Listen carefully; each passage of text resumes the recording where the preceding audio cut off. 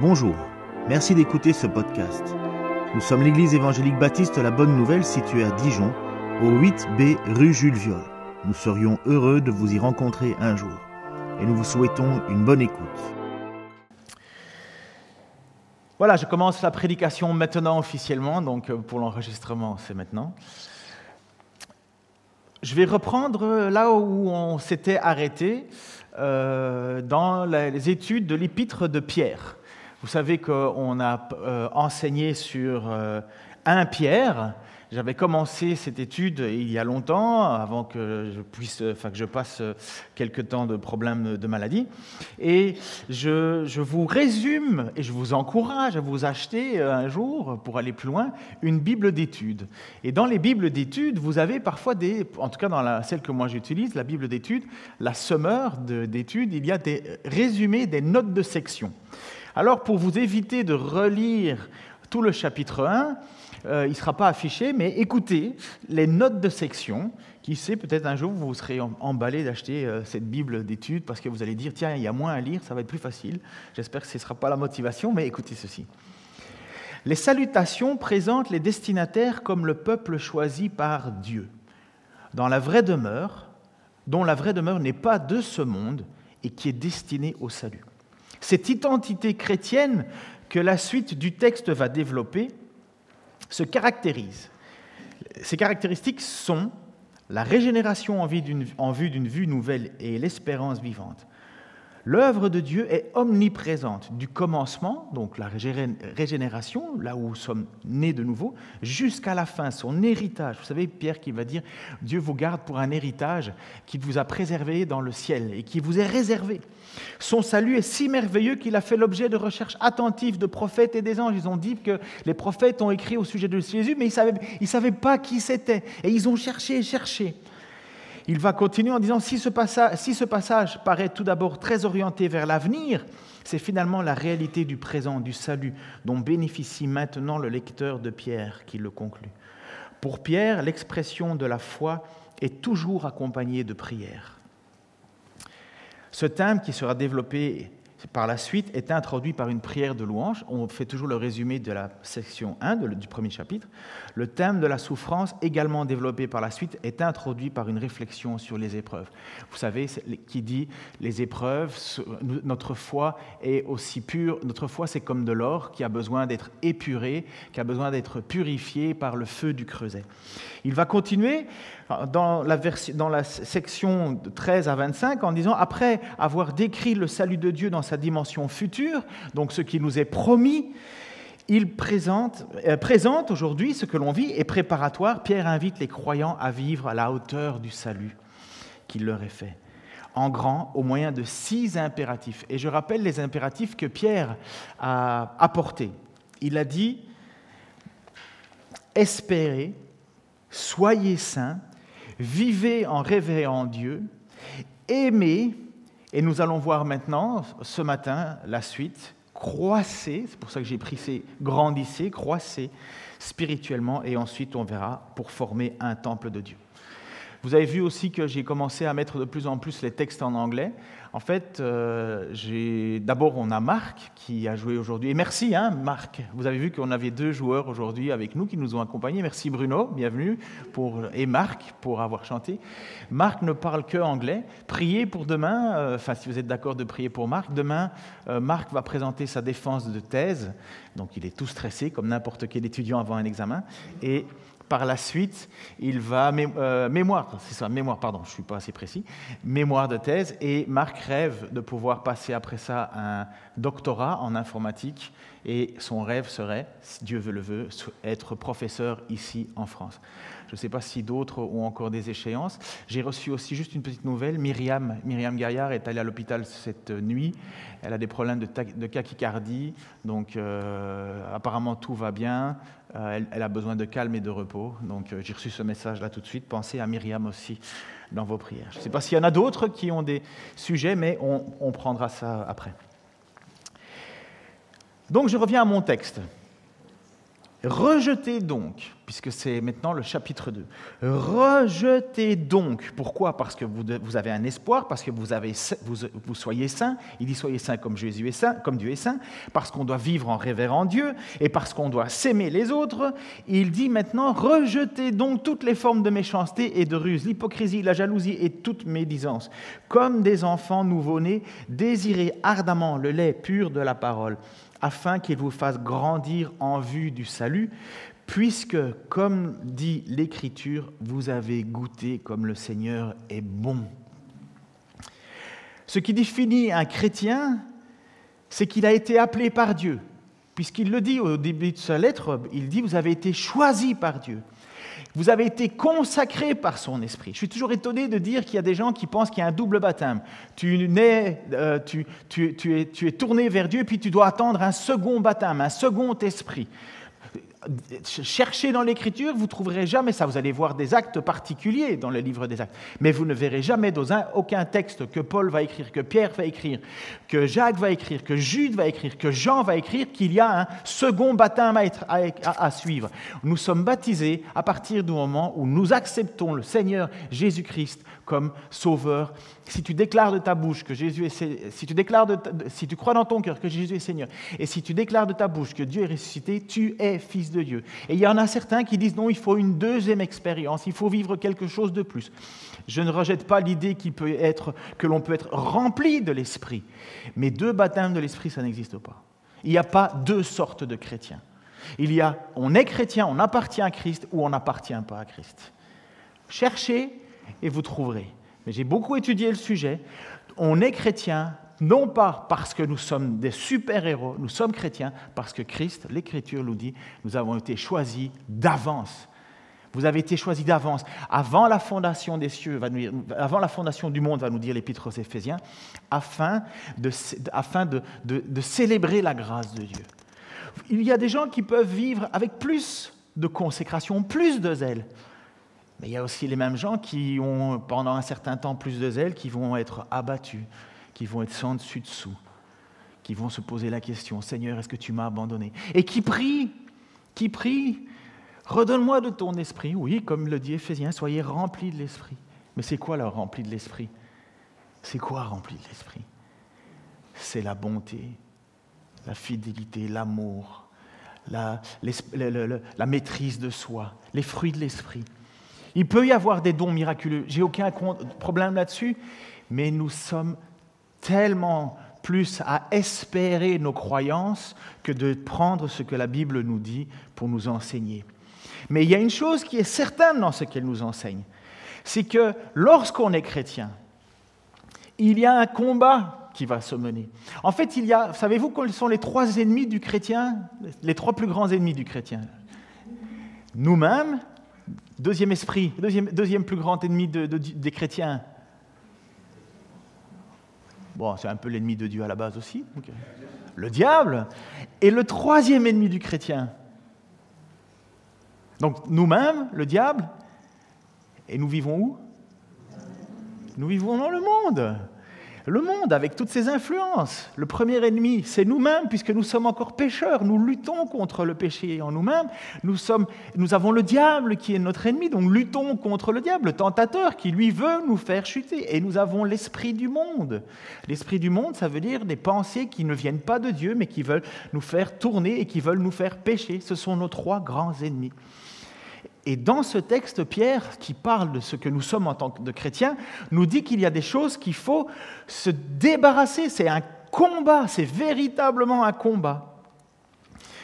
Cette connaissance de Christ, appartenir à Christ, c'est le combat du moi-je. C'est le combat contre le moi-je, contre le nous. C'est un nouveau combat, on découvre ce combat. Pourquoi est-ce qu'on doit faire ce combat? Parce qu'il est dit dans l'Écriture, « Soyez saints, parce que Dieu est saint. » Ça met la barre très très haut. Hein? Mais pourquoi est-ce qu'on doit combattre? Parce que Dieu est saint et l'Écriture nous dit que nous devons être saints. Et elle nous engage dans ce combat parce qu'en plus, nous avons l'Esprit de Dieu. Parce que c'est ça la marque du chrétien. C'est l'Esprit de Dieu. C'est quoi la Trinité? Beaucoup de gens m'ont posé encore la question, c'est quoi la Trinité? Parce que j'ai jamais vu l'Écriture parler de Trinité. La Trinité, c'est pas compliqué. C'est Dieu Père, Dieu Fils, Dieu Esprit. Dieu Père qui est invisible, que personne ne voit. Dieu Fils qui vient au milieu de nous, qui nous révèle qui est le Père, qui même dans l'Écriture, on le voit à certains moments. Certains se posent la question, est-ce que c'est Melchisédek, celui à qui Abraham a offert un sacrifice? Est-ce que c'est lui parce qu'il est prince de paix, roi de Salem, de Jérusalem? Mais est-ce que c'est Jésus? On appelle ça une théophanie, la présence de Jésus avant sa venue. Mais nous avons Dieu Père qu'on ne peut pas voir, il est invisible. Nous avons Dieu Jésus qu'on peut le voir, puisqu'à un certain moment, il y a même un apôtre qui a dit, mais je crois que c'est Didyme qui dit, montre-nous Dieu et ça nous suffit. Et lui va répondre, mais depuis le temps que je suis avec vous, ne m'as-tu pas reconnu? Quand Jésus pardonne, il pardonne comme Dieu pardonne. Quand il fait des miracles, il fait des miracles comme Dieu peut faire des miracles. Quand il ressuscite comme Dieu peut ressusciter. Et puis la troisième personne, c'est le Saint-Esprit. Et le Saint-Esprit, c'est quoi? Le Saint-Esprit, c'est Dieu qui agit. C'est Dieu qui fait vivre Dieu en nous. Je ne suis pas dans mes notes, là, je suis parti, là, alors je ne sais pas à quelle heure on va finir. Mais si vous regardez au tout début de l'Écriture, prenez le début de la Genèse, il est dit que Dieu règne, mais le souffle de l'Esprit, le roua en hébreu. Il y a l'Esprit de Dieu, il y a l'Esprit. Dans le livre de Jean, dans l'épître de Jean, le livre de Jean, il est dit, car Dieu, au commencement était la parole était avec Dieu, la parole était Dieu. Et qu'est-ce que c'est cette parole? C'est cette parole qui descend sur terre, et c'est Jésus-Christ, puisque les apôtres vont dire, et nous l'avons contemplé, cette gloire. Et qu'est-ce que Jésus dit après un certain moment? Il va dire, il faut, à la fin de son texte, il faut que je m'en aille, parce que je vais vous envoyer le Paraclète, le Consolateur. Il vous enseignera tout ce que j'ai dit. Et le Saint-Esprit, c'est la présence de Dieu en nous. Et je termine ma grande parenthèse en disant, autrefois, dans le peuple de Dieu, Moïse a dû construire un tabernacle. Vous vous souvenez, un tabernacle, une tente dans laquelle il y avait l'arche de l'Alliance. Dans l'arche de l'Alliance, il y avait un pot avec de la manne pour montrer que le peuple ne vivra pas de pain seulement, mais de toute nourriture qui vient de la bouche de Dieu, parce que pendant 40 ans, alors qu'ils étaient insupportables, Dieu les a nourris, et il y avait les tables de la loi, les 10 commandements écrits par la main de Dieu. Il y avait ça dans ce tabernacle, et il y avait le bâton de Aaron, qui en plus, on nous dit que ce bâton avait fleuri, et c'était ça qui était dans l'arche de l'Alliance. Et l'arche de l'Alliance, on lui avait construit un tabernacle. Dieu avait dit, il lui avait donné des règles en disant, vous allez construire ceci, comme ça, vous allez faire ça. Et c'est ce que Moïse fait, il construit un tabernacle. Et c'était la présence de Dieu sur terre. On ne pouvait pas s'approcher comme on voulait. Il y avait le lieu saint, le lieu très saint. Et puis, David a voulu construire un temple. Et il dit, non, ce n'est pas toi qui vas construire un temple, c'est Salomon qui va me construire un temple. Et dans ce temple, qu'est-ce qu'il y avait? Il y avait cette fameuse arche de l'Alliance qui était là. Et il y avait le lieu saint et le lieu très saint. La présence de Dieu sur terre. Et vous savez où est la présence de Dieu sur terre aujourd'hui? En vous, car vous êtes le temple du Saint-Esprit. Autrefois, c'était dans une tente que Dieu manifestait sa présence. Après, c'était dans un temple que Dieu manifestait sa présence.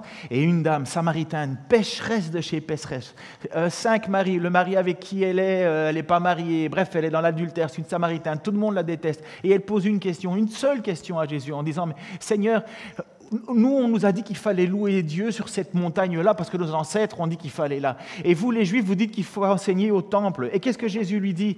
Il dit, oui, c'est vrai, les Juifs ont la vérité parce que les prophètes et l'enseignement viennent des Juifs. Mais il vient un temps où c'est ni sur cette montagne, ni dans ce temple que vous adorerez Dieu, mais c'est en esprit et en vérité. Et voilà la Pentecôte. À la Pentecôte, c'est là que le Saint-Esprit descend sur les chrétiens, ceux qui déclarent appartenir à Jésus-Christ. Alors si tu crois que tu n'as pas le Saint-Esprit parce que tu n'as pas ce qu'on te présente dans beaucoup d'endroits de dire il faut que tu fasses ceci, il faut que tu fasses cela, alors tu n'es pas chrétien. Parce qu'on est chrétien à partir du moment où l'Esprit de Dieu est en nous. Et personne ne peut déclarer Jésus est Seigneur s'il n'a pas le Saint-Esprit.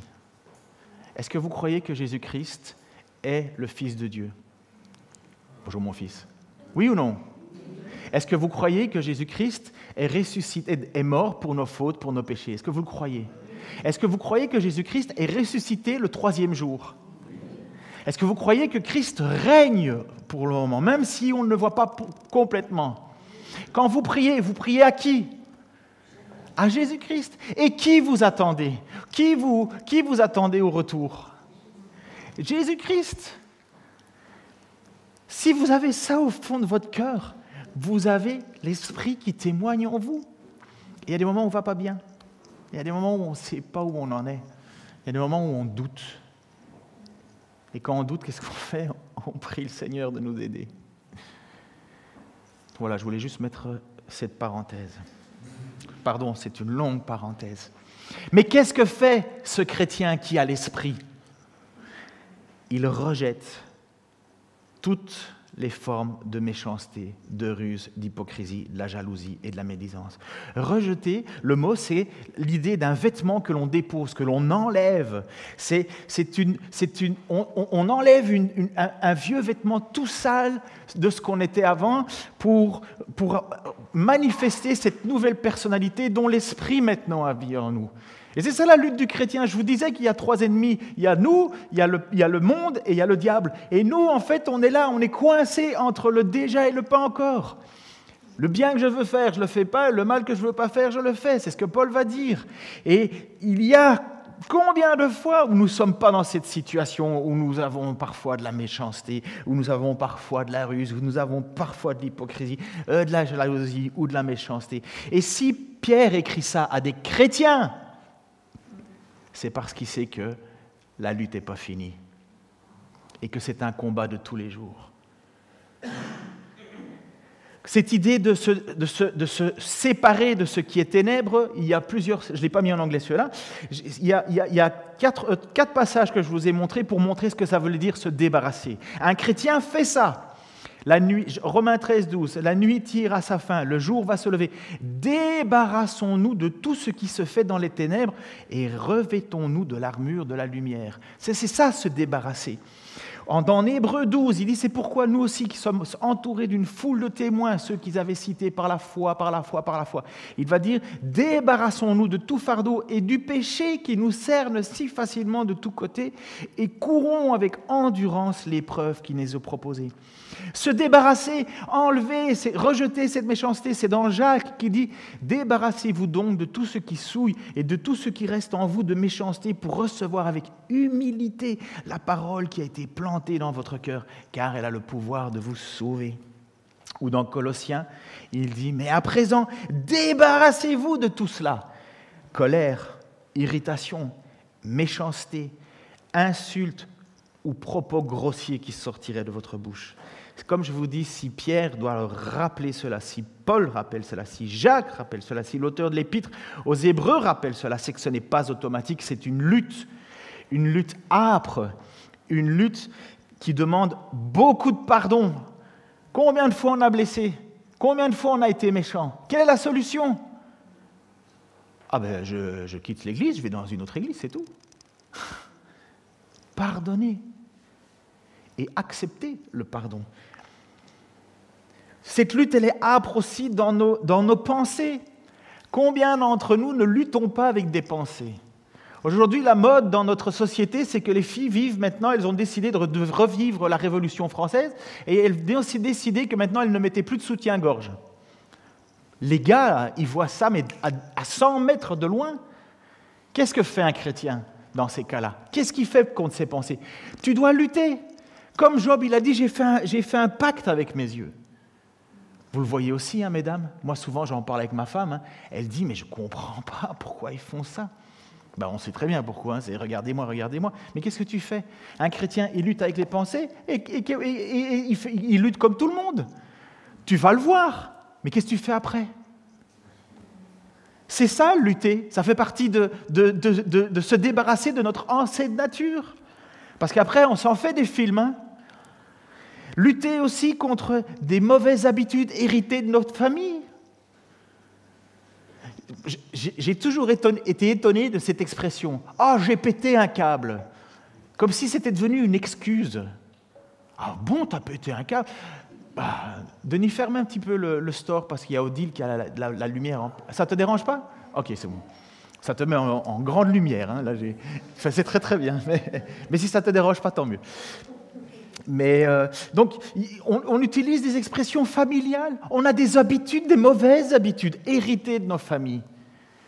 Ça aussi, ce sont des choses qu'il faut lutter. Il y a des bonnes habitudes et il y a des mauvaises habitudes. Mon père me disait toujours, l'habitude, c'est une mauvaise habitude. Ben, moi, je pense qu'il y a des bonnes habitudes, il y a des mauvaises habitudes, des choses qu'on doit gérer. On a hérité ça de nos parents. Il y a des familles dans lesquelles on s'engueule et on parle tout le temps. Il y a des familles où on ne parle jamais. Vous connaissez ça? Et ça peut faire des conflits, hein? Moi, je viens d'une famille où on parle beaucoup. Il faut lutter aussi avec notre cœur. Avec notre cœur, qu'est-ce qu'on a dans notre cœur? Est-ce qu'on comprend que la générosité et aimer et considérer l'autre plus grand que soi, c'est ça que Dieu attend? C'est ça que les fruits de l'esprit attendent? Mais c'est dur. C'est dur parce qu'il y a véritablement des luttes. Et il y a des luttes contre notre tempérament. Ma fille a un tempérament de feu. J'en profite parce qu'elle n'est pas là, elle est en vacances avec Michael. Je sais qu'elle va regarder la vidéo, elle pourra m'engueuler, mais elle devra me pardonner. Mais j'ai un tempérament sanguin. Je peux vous dire que la maladie et ma petite dépression là m'ont bien calmé. Merci Seigneur. Mais j'ai un tempérament sanguin. J'étais comme ça, mais il y en a d'autres, ils ont des tempéraments tout mou. Mais vous devez lutter contre ça aussi. Le bien que je veux faire et que je ne fais pas, c'est un péché. Si ton tempérament, c'est d'être apathique, lutte contre ton tempérament. Ça fait partie de nos luttes, ça fait partie de ça, de rejeter toute forme de méchanceté, de ruse, d'hypocrisie, de jalousie, de médisance. Ce n'est pas une option, c'est un impératif. Il y en a combien qu'on a considéré en disant « Regarde, il va à l'église et dès qu'il sort de l'église, une fois qu'il a sorti de l'église, il joue et il fait n'importe quoi. Si c'est ça être chrétien, combien de fois je l'ai entendu ça? Si c'est ça être chrétien. » Parce que justement, on ne lutte pas contre nous-mêmes et c'est une lutte, c'est une véritable lutte. Celui qui ne fait pas cela, celui qui ne lutte pas, qui ne veut pas se battre contre ce que Pierre nous demande de faire, au bout de plusieurs années, si on ne voit pas une vie changer, c'est qu'il y a un problème. On peut parfois se mettre en colère, c'est vrai, ça arrive. Hein. On peut parfois être de mauvaise humeur, surtout avant le café, ça arrive. Il y a des personnes qui se disent frères ou sœurs et on a vu peu de changements en eux sur une longue vie. Je suis désolé, j'ai peu d'espoir pour leur salut parce qu'on reconnaît un arbre à ses fruits. S'il n'y a pas de fruits, je ne suis pas sûr qu'il y ait un salut. Mais nous, on aime bien mettre tout l'accent sur le côté de « mais Jésus aime tout le monde et Jésus aime tout le monde ». Bien sûr que le dernier mot est à Dieu et qui dit ne déclare pas qui va monter au ciel et qui ne va pas y monter. Mais je peux vous dire que si on ne voit pas des fruits qui sont la même parole de Dieu, si on ne voit pas des fruits, si au bout d'une vie chrétienne on ne voit pas un seul changement contre cette méchanceté, cette ruse, cette hypocrisie, c'est que je crois que ce n'était pas la bonne terre. Rejeter toute forme de méchanceté et de ruse, c'est toute forme de bassesse, de tromperie, de malhonnêteté, de fausseté, de traîtrise. Dans le livre des Actes, Paul va faire une sévère remontrance pour rejeter la ruse à un homme qui s'appelait Élymas. C'était un faux prophète. Et en plus, Élymas, ça veut dire le magicien. Ça se trouve dans le livre des Actes. Une fois arrivés à Salamine, donc qui est une ville, ils annoncèrent la parole de Dieu dans les synagogues des Juifs. Jean-Marc était avec eux et le secondait. Jean-Marc, c'est certainement celui qui a écrit l'évangile de Marc. Ils trouvèrent là un magicien juif nommé Bar-Jésus, qui se faisait passer pour un prophète. Il faisait partie de l'entourage du proconsul Sergius Paulus, un homme intelligent. Celui-ci invita Barnabas et Saul et leur exprima son désir d'entendre la parole de Dieu. Mais Élymas, le magicien, c'est ainsi qu'on traduit son nom, s'opposait à eux. Il cherchait à détourner le proconsul de la foi. Alors Saul, qui s'appelait aussi Paul, l'apôtre Paul, qui était avant Saul de Tarse, maintenant il s'appelle Paul, rempli du Saint-Esprit, s'adressa à lui en le regardant droit dans les yeux. « Charlatan, plein de ruses et de méchanceté, fils du diable, ennemi de tout ce qui est bien. Quand cesseras-tu de fausser les plans du Seigneur qui sont droits? Mais maintenant, attention, la main du Seigneur va te frapper. Tu vas devenir aveugle et pendant un certain temps, tu ne verras plus la lumière du soleil. Au même instant, les yeux d'Élimas s'obscurcirent. Il se trouva plongé dans une nuit noire et se tournait de tous côtés en cherchant quelqu'un pour le guider par la main. Quand le proconsul vit ce qui venait de se passer, il crut, car il avait été vivement impressionné par quoi? Par l'enseignement qui lui avait été donné au sujet du Seigneur. Vous pouvez vite comprendre que Paul, comme pour nous d'ailleurs, nous trouvons ça irritant. Qui aime voir la méchanceté? Qui aime voir la tromperie? Personne. Vous savez, autrefois, j'ai travaillé à la police de Bruxelles. Je vous l'ai expliqué, j'étais photographe judiciaire. Je peux vous dire que la méchanceté, elle est sans limite. Des choses, enfin bref, ça ne doit avoir aucune place dans la vie d'un chrétien. Aucune place. Et c'est bien ça qu'il dit. Charlatan, plein de ruses et de méchanceté. Et c'est ça qu'on doit combattre, nous dit Pierre, dans nos vies. Mais ce n'est pas tout. L'hypocrisie. L'hypocrisie, c'est ce qui a mis le plus Jésus en colère. L'hypocrisie des religieux. C'est en plus ce qui, moi, m'a amené à la conversion. Parce que moi, j'étais très content parce que j'étais anti-croyant, et j'étais très content que Jésus était anti-croyant, enfin, selon moi. Je voyais les religieux comme des croyants. Donc, j'étais anti-religieux, Jésus était anti-religieux, j'aimais Jésus. Après, j'ai découvert Jésus que c'était bien plus que ça. Mais c'est ce qui m'avait attiré, moi, justement, c'est contre cette hypocrisie. Parce qu'il détestait les fausses questions, justement pour tendre des pièges. L'hypocrisie du légalisme, l'hypocrisie des gens qui disent aux autres, c'est quoi un légaliste en fait? C'est quelqu'un qui dit aux autres, fais pas ci, fais pas ça, fais pas ci, fais pas ça, parce que Dieu veut pas ci, pas ça, mais eux, cachés dans le secret, vont le faire. Ils interdisent aux autres ce qu'ils font eux-mêmes. C'est ce que Jésus a dit. Écoutez au sujet des pharisiens, faites ce qu'il vous dit de faire, mais ne faites pas ce qu'ils font. Écoutez justement ce qu'est l'hypocrisie dans le texte suivant. Jésus entra de nouveau dans la synagogue où il s'y trouvait un homme qui avait la main paralysée. Il observait Jésus pour voir s'il le guérirait le jour du sabbat. C'était afin de pouvoir l'accuser. Hypocrisie. Ils ont en tête un plan, une ruse. Jésus dit à l'homme qui avait la main paralysée, lève-toi là au milieu. Puis il leur dit à ces hypocrites, est-il permis le jour du sabbat de faire du bien ou du mal, de sauver une personne ou de la tuer? Mais ils gardèrent silence, ils attendaient de mettre en place leur projet. Écoutez ceci, on parle de Jésus-Christ, Fils de Dieu, Dieu fait homme. Alors il promena sur eux un regard de colère et, peiné de l'endurcissement de leur cœur, il dit à l'homme, tends ta main. Il la tendit et sa main fut guérie. Les pharisiens sortirent et tinrent aussitôt conseil avec les Hérodiens sur les moyens de le faire mourir. Si l'hypocrisie a mis un regard de colère dans le Fils de Dieu, ne pensons pas que nous puissions nous-mêmes être épargnés de son regard de colère quand nous sommes hypocrites.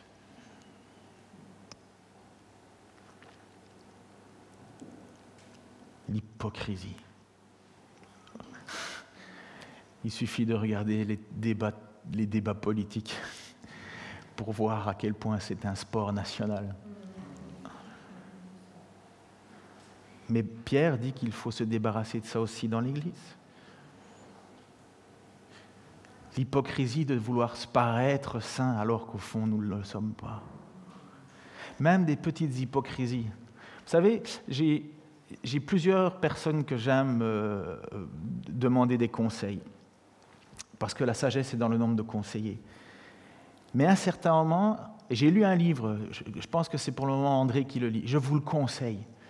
Ça s'appelle « Radicalement ordinaire ». L'auteur est anonyme. Et dans ce livre, il dit, et il parle aux pasteurs, aussi, pas qu'aux pasteurs, mais à tout chrétien, cessez d'être hypocrite. C'est pour ça que je vous ai avoué que j'avais des problèmes de santé psychologique. C'est pour ça que je vous ai avoué que j'étais pour un temps sous anxiolytique et sous antidépresseur. Parce que j'en connais combien des pasteurs qui disent « Ah non, non, il ne faut pas dire ». Pourquoi il ne faut pas dire ? Pourquoi est-ce qu'il faut être hypocrite ? Pourquoi est-ce que je montrerai une image de « je suis bien, je vais bien parce que j'ai le Seigneur alors que je souffre » ? Je ne lis pas un seul centimètre carré dans le livre des psaumes d'un roi David selon le cœur de Dieu qui ne dit pas à la fois ses péchés, à la fois ses tristesses, à la fois ses doutes, à la fois ses incompréhensions et à la fois sa gloire, sa grandeur, son espoir en Dieu. Et pourquoi nous, on ferait semblant ? Pourquoi nous, on serait hypocrite puisqu'on sait que Dieu déteste ça, que Jésus déteste cette hypocrisie et que les textes nous disent que Dieu a plutôt son regard qui est porté sur celui qui est malheureux, mais celui qui fait semblant. Et cette petite hypocrisie, elle est là tout le temps. Je ne dis pas qu'il faut arriver ici avec une tête par terre sans arrêt, en avouant constamment. Non, on a aussi une certaine parfois retenue. Le but n'est pas d'écraser les autres avec ce que je suis, mais il ne faut pas entretenir une fausse image qu'on a entretenue sans arrêt. Moi, on m'avait dit, vas-y, convertis-toi avec Jésus, tu vas être l'homme le plus heureux. Tu n'auras plus de problèmes dans ta vie. J'ai l'impression que j'en ai eu pas mal, hein. Ah, mais c'est parce que tu as péché. Bah oui, je pêche, mais je n'ai pas trompé ma femme, j'ai volé d'argent à personne, je me suis peut-être emporté sur certaines choses, j'espère avoir demandé pardon à tous ceux à qui j'ai pu offenser, certainement j'en ai offensé sans même le savoir. Comme David va dire, pardonne-moi les fautes que je n'ai pas connaissance, mais est-ce que j'ai mérité tout ça ? Ça ne ressemble pas trop au Jésus qu'on m'a vendu, ça.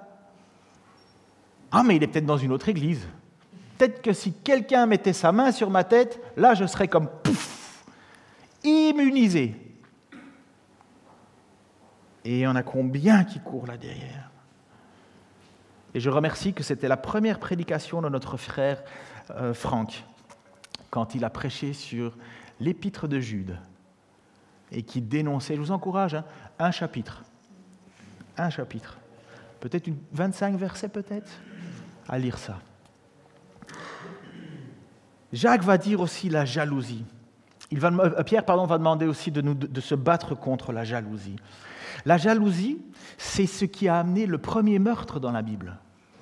Caïn qui a tué Abel parce qu'il était jaloux, parce que Abel avait fait un plus beau sacrifice que lui. Et qu'est-ce qui est monté en lui ? La jalousie. La jalousie, c'est être contrarié par le bien-être des autres. Il amène à la rancune, il amène à la haine et il amène au conflit. Jacques va dire ceci, et c'est fort, hein ? Y a-t-il parmi vous quelqu'un de sage et d'expérimenté qu'il en donne la preuve par sa bonne conduite, c'est-à-dire par des actes empreints de l'humilité qui caractérisent la véritable sagesse. Mais si votre cœur est plein d'amère jalousie, si vous êtes animé d'un esprit querelleur, il n'y a vraiment pas lieu de vous vanter. Ce serait un défi à la vérité. Une telle sagesse, écoutez bien, une telle sagesse ne vient certainement pas du ciel. Elle est de ce monde, de l'homme livré à ses seules ressources. Elle est démoniaque. Car là où règne la jalousie et l'esprit de rivalité, là aussi habite le désordre et toutes sortes de pratiques indignes. La jalousie. La jalousie. Quand on dit pourquoi lui il a une belle maison, pourquoi lui ici, pourquoi il a ça. Je marchais dans les rues pendant tout un temps avant, parce qu'il fallait que je perde un peu de poids. Et je regardais à chaque fois les belles maisons, parce qu'il y a pas mal de belles maisons ici dans le coin. Et je me disais, oh, j'aimerais bien avoir ça, j'aimerais bien avoir ça, j'aimerais bien avoir ça. Et en fait, j'étais tout le temps malheureux. Tout le temps malheureux. Tout le temps malheureux. Pourquoi j'entretenais ça ? En fait, on devrait se réjouir avec ceux qui se réjouissent. Si Dieu n'a pas voulu me donner cela, Dieu n'a pas voulu. Mais quand la jalousie commence, t'as vu lui aujourd'hui, t'as vu comment il est venu, t'as vu il a acheté ça, t'as vu ça, et on commence les rancunes. Et vous savez où ça amène ? Pouf, la suite, la médisance. Puisque Pierre demande de rejeter la médisance. Et la médisance, c'est le sport national, en tout cas pour ce que je connais, des francophones. Certainement pour d'autres aussi, mais pour avoir connu la Belgique, pour avoir connu le Québec, pour avoir connu maintenant la France, peut-être que je vais tenter la Suisse un jour, on ne sait pas, la médisance. Écoute ceci, c'est des phrases que l'on voit parfois passer sur Facebook, enfin sur Instagram et compagnie. Si tu entends quelqu'un dire du mal d'un autre, dis-toi qu'il en dit autant de toi. Et ne soyons pas dupes, c'est un vrai défi de ne pas être médisant. Je connais des personnes qui tiennent leur langue en bride. Je ne les entends rarement, ou presque jamais, dire du mal. Ces hommes, je les respecte tellement. Je sais qu'ils ont en tête et qu'ils luttent, mais ils ne veulent pas médire. Ils ont fait le choix de ne pas dire du mal. Ces hommes m'impressionnent. Et on sait que c'est une difficulté, la médisance. C'est un truc où il faut, encore une fois, puisque c'est ce que dit Pierre, débarrassez-vous, enlevez ça.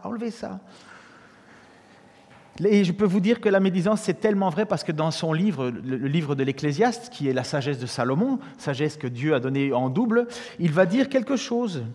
Il n'y a sur la Ecclésiaste 7, versets 20 à 22, il n'y a sur la terre aucun homme juste qui fasse toujours le bien sans jamais pécher. Ne prête pas attention à tout ce qu'on dit. Et si ton serviteur te dénigre, n'écoute pas, car tu sais bien qu'à plusieurs reprises, il t'est arrivé à toi aussi de dénigrer les autres. C'est pas vrai ? C'est quand même la sagesse de Salomon, double sagesse de la part de Dieu. N'écoute pas ce qu'on te dit, parce que tu sais très bien que toi aussi, tu as dénigré les autres. « Oh, moi, j'aime pas quand on parle sur mon dos !»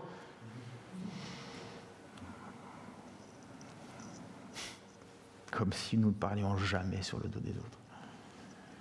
Mais ça, il faut s'en débarrasser. C'est une lutte, c'est une lutte. Quand je vous dis que nos trois ennemis, c'est nous, le diable et le monde, le nous, il est déjà difficile.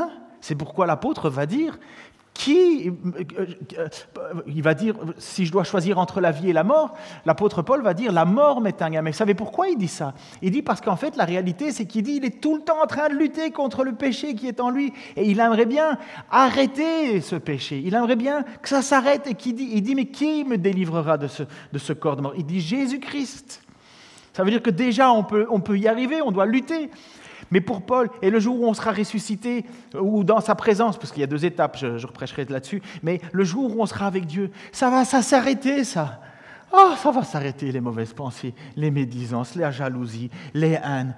Enfin, on pourra on sera totalement débarrassé. On n'aspire pas à ça, André ?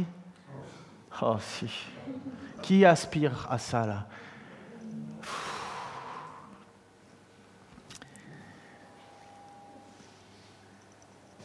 Comment on fait pour combattre ça ? J'ai quasi fini, excusez-moi. Comment on fait pour combattre ça ? La parole de Dieu, il nous dit, mais tout cela, donc, il faut se débarrasser. Faire l'effort de changer, de se débarrasser. Et Pierre nous explique le meilleur moyen de le faire. Il nous dirige vers une source vitale. Il nous dirige vers la parole de Dieu. Il ne nous dirige pas vers des séries télévisées où il n'y a que meurtre, que vengeance, que trahison, que adultère, que méchanceté. C'est quoi encore les feux de l'amour ? C'est fini ça, je crois, maintenant, finalement. Je crois qu'ils avaient fait plus de je sais pas moi, des milliers d'épisodes. Mais c'était quoi le sujet ? Je te trompe, tu me trompes, je pars avec elle, je te maudis, je te si. C'était que ça. C'était que ça. C'est, autour de nous, et ça c'est notre ennemi, c'est un monde narcissique qui rejette Dieu, qui rejette sa parole. C'est un monde où on fait toujours, le but c'est toujours de prendre la place d'un autre. Le jeu Koh-Lanta, vous avez déjà vu Koh-Lanta où ils font des épreuves physiques. Mais c'est quoi après, en arrière ? C'est des médisances, des calomnies, de la ruse, et dans le but, où tu vas les méliner, je te fais un pacte, je te fais ci, je te fais ça, et on les regarde, et on dit, oh, ils sont salauds. Et puis en même temps, on se dit, mais c'est c'est autour de nous et c'est là pour soi-disant nous divertir. Alors, mettez simplement une série d'autrefois. Alors, je ne dis pas que c'est la meilleure série au monde, je ne la mets pas à côté de la Bible. Mais qui se souvient de La Petite Maison dans la Prairie ? Ah, ben moi, je l'ai regardé quand j'étais petit. Bon, ça prouve votre âge déjà, mais on en repasse encore sur il y a certaines chaînes qui les repassent. Où on voit la fille qui court dans les champs avec des fleurs, et Charles Ingalls et compagnie. Mais mettez ça à côté de Desperate Housewives ou Game of Thrones. Vous avez bien compris que les valeurs ont vachement changé. Vachement. Je ne dis pas qu'il faut prendre sa télé et l'acheter par la fenêtre, ou bien si vous le faites, vérifiez d'abord qu'il n'y a personne en bas. À la limite, revendez-la sur le Bon Coin, et puis si vous ne savez pas quoi faire avec, mettez l'argent dans la caisse de l'église. On pourra faire un truc, ou peu importe, ou bénissez quelqu'un, mais je ne vous dis pas qu'il faut rejeter la télé. Loin de là. Mais faites des choix éclairés sur ce qui rentre en vous.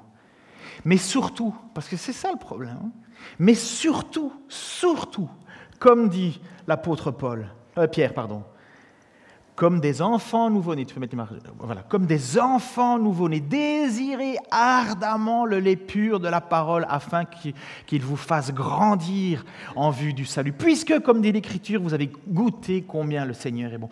Combien de fois tu lis la Bible ? Attention, je ne parle pas de manière mécanique. Ah, moi, je me lève, je fais mon café, et de telle heure à telle heure, je lis la Bible. Dès que c'est fini, 35, hop, c'est bon, j'ai fini. Je ne parle pas de ça. C'est très bien d'avoir une discipline. Je parle de exactement ce qu'il dit, comme un enfant nouveau-né qui désire. Est-ce que vous avez déjà entendu un tout petit bébé pleurer là parce qu'il a... Même le jour de sa naissance, on en a qui vont vivre ça bientôt. Mais la première chose que cet enfant nouveau-né voudra, vous savez, c'est quoi ? Le sein de sa mère. C'est instinctif, il vient de naître. La première chose qu'il veut, c'est le sein de sa mère. Et il va beugler encore et beugler tant qu'on n'aura pas fini. Pardon, beugler, c'est le mot pour les animaux. Il va crier, pleurer, veuillez m'excuser. En Belgique, on disait ça pour quelqu'un qui pleure, mais c'est pas belge ici. Mais il va pleurer pendant qu'on va prendre sa mesure, son poids, on va le nettoyer, jusqu'au moment où on va enfin le donner à sa mère. Et là, il va être calmé parce qu'il va pouvoir s'abreuver du lait de sa mère. Il vient à peine de naître et il sait que la seule chose qu'il a besoin, c'est du lait maternel. C'est exactement ce que Pierre dit. Vous avez besoin du lait de la parole. Ce lait, le lait maternel en plus, qui constitue pour un enfant tout ce que l'enfant a besoin. Étudiez les principes il y a les anticorps, il y a tout qui passe là-dedans. Et on sait que l'apôtre Pierre était un homme marié. Il a certainement, peut-être, je ne sais pas, il ne parle pas d'enfant, mais en tout cas, il a vu autour de lui comment la différence, une fois que l'enfant trouvait. Moi, je me souviens de nos enfants qui étaient tout agités au moment où la maman peut arriver à lui donner le sein. Pouf, il est calme. Et papa est content parce qu'il peut regarder de nouveau la télé. L'enfant sait instinctivement ce qu'il a besoin. C'est comme ça que Pierre présente la parole. Nous savons que Jésus est bon. On l'a dit ensemble, nous savons que Jésus est bon. C'est facile aujourd'hui de lire la Bible. Je ne comprends pas comment les gens ne prennent pas le temps de lire la Bible. Même un petit peu, quoi. Nous, on se contente de versets, on like sur Facebook, on like une petite phrase sortie hors de son contexte. Non. Celui qui veut aujourd'hui, il n'a aucune difficulté. Il existe, pour les plus vieux d'entre nous, des cassettes. Peut-être même des bandes. Il y a des CD où on peut écouter la parole. Il y a des podcasts, la balado-diffusion en français du Québec. Ça veut dire des émissions, on peut l'écouter dans nos téléphones, on peut l'écouter par des applications. Il y a des émissions radio où on enseigne la parole, où on l'entend, prenez des Phare FM ou des choses comme ça, où la Bible est citée. Il y a des émissions télé, on vend des Bibles à gros caractères pour ceux qui ne voient pas très bien. Et pour ceux qui ne voient plus, il y a même la Bible en braille. Celui qui ne veut pas lire ou entendre la parole ne pourra jamais grandir. Jamais. Jamais. Peu importe tes convictions que tu t'es forgées, je vais être dur, mais je vais l'être. Ou tu es fainéant, ou insensible à ce que Dieu dit, comme le dit Pierre, parce que cette parole, elle a un but, notre salut.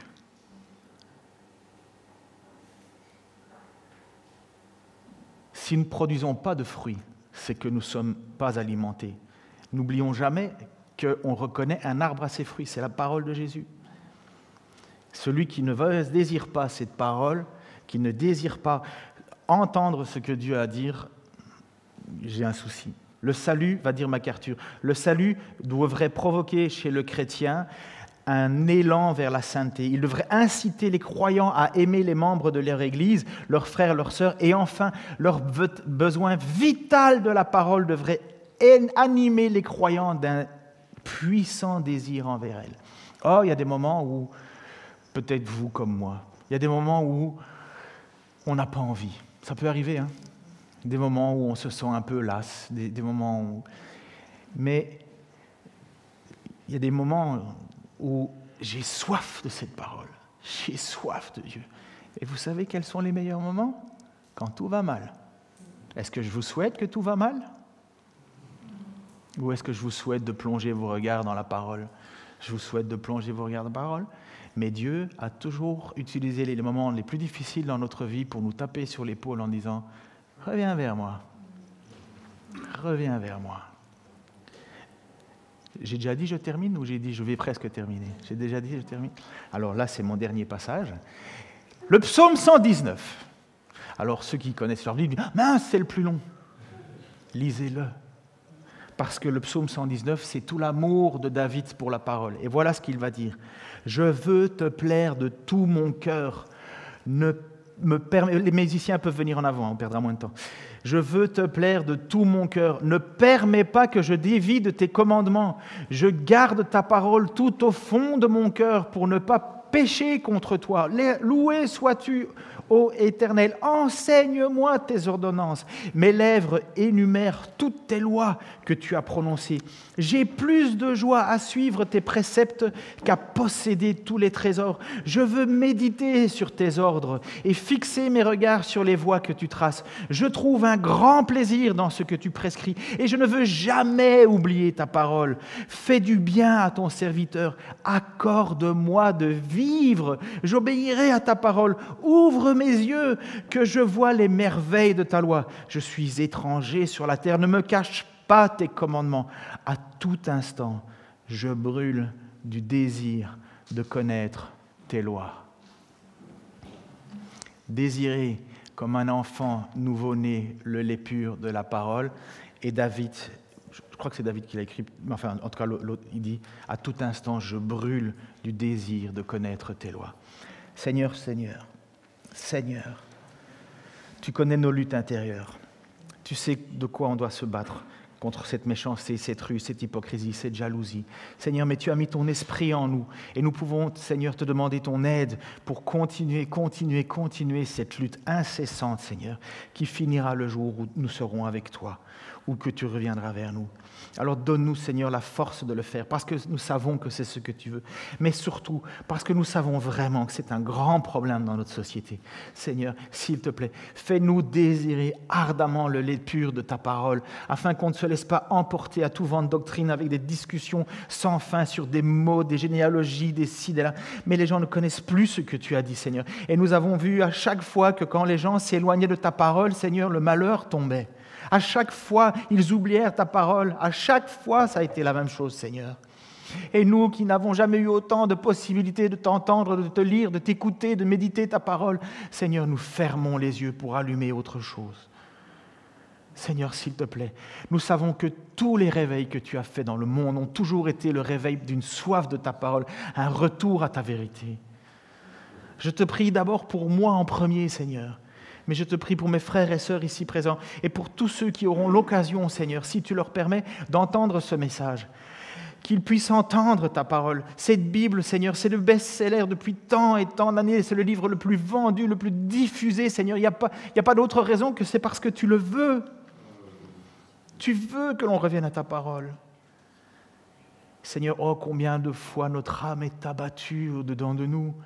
Combien de fois nous sommes désespérés. Et oh, merci Seigneur, parce que justement, nous pouvons revenir à ta parole. Ouvre mes yeux pour que je voie les merveilles de ta loi. Je suis étranger sur la terre, ne me cache pas tes commandements. À tout instant, je brûle du désir de connaître tes lois. Que cette prière soit la tienne. Au nom de Jésus-Christ. Amen.